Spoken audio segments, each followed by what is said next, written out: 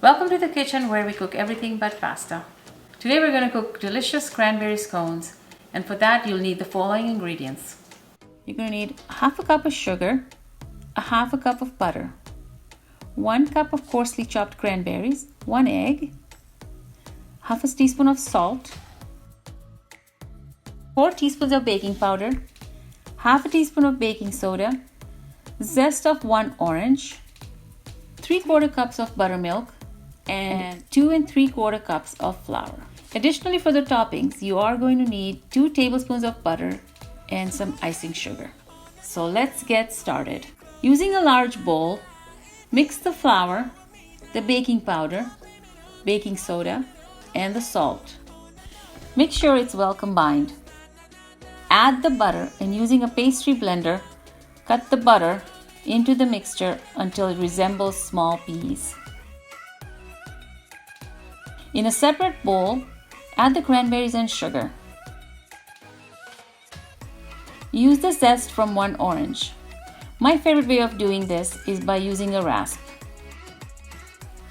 Give it a good mix and set aside. Now whisk the egg into the buttermilk. For a quick and easy buttermilk recipe, we have a video on our channel which you can check out below. Now we're going to put everything together. To the flour mixture, add the cranberries and make the dough with the buttermilk.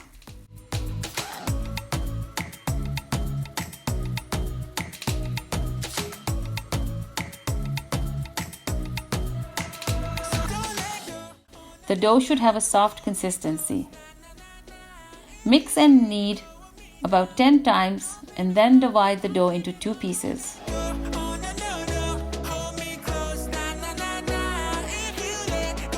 Place one of those pieces onto a baking tray lined with a silicone baking sheet.